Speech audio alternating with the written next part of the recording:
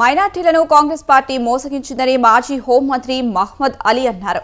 తెలంగాణ భవన్లో మీడియాతో మాట్లాడారు. మాజీ సీఎం కేసీఆర్ మైనార్టీల కోసం అనేక సంక్షేమ పథకాలు ప్రవేశపెట్టారని గుర్తు చేశారు. మైనార్టీలకు డబుల్ బెడ్రూమ్ ఇల్లు కూడా ఇచ్చారని చెప్పారు. కానీ ఇప్పుడు కాంగ్రెస్ పార్టీ ఏ హామీని కూడా అమలు చేయడం లేదని విమర్శించారు. గతంలో మైనార్టీ డిక్లరేషన్ ను ప్రకటించిన కాంగ్రెస్ పార్టీ ఆ విషయాన్ని ఇప్పుడు మర్చిపోయిందని మండిపడ్డారు. సీఎం రేవంత్ రెడ్డి ప్రధానమంత్రి మోదీని బడేబాయ్ అని సంబోధించారని అన్నారు. అసలు కాంగ్రెస్ పార్టీ సెక్యులర్ పార్టీయా కాదా అనే విషయాన్ని రాహుల్ గాంధీ, ప్రియాంక గాంధీ చెప్పాలని డిమాండ్ చేశారు.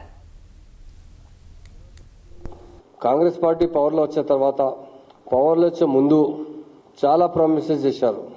6 గ్యారంటీలు అంటే మొత్తం మోసం చేశారు. ఓన్లీ ఫర్ కొంచెం బస్సెస్ ప్రొవైడ్ చేశారు. అది చాలా తక్కువ బస్సెస్ ఉంది.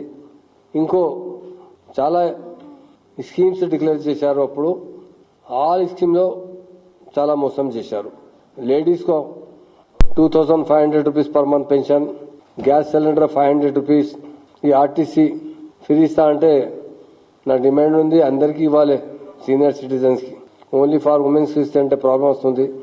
ఈ రైతు భరోసా అది మా సీఎం గారు 10,000 ఇచ్చిన, ఆయన 15,000 ఇస్తా హామీ ఇచ్చారు, ఇస్తలేదు. అది లేబర్ కు బి పర్ ఎనం 12,000 రూపీస్ ఇస్తామని హామీ ఇచ్చారు. గృహజ్యోతి ఇంటింటికి 200 యూనిట్ ఫ్రీ ఇస్తా హామీ ఇచ్చారు. అది బి ఇవ్వలేదు. కొంచెం ఇచ్చినా కొంచెం ఇవ్వలేదు, మాక్సిమం ఇవ్వలేదు. ఇందిరమ్మ ఇల్లు ఎవరు లేదు, ఆయనకు ఇస్తా, లేకుంటే 5 lakhs రూపీస్ ఇస్తా అని హామీ ఇచ్చారు. తెలంగాణ మూవ్మెంట్ లో పని చేసిన ప్రొటెస్ట్ అప్పుడు ఆయనకు 250 స్క్వేర్ యార్డ్స్ ప్లాట్ ఇస్తా అంటే అది బి మోసం చేశారు. ఈరోజు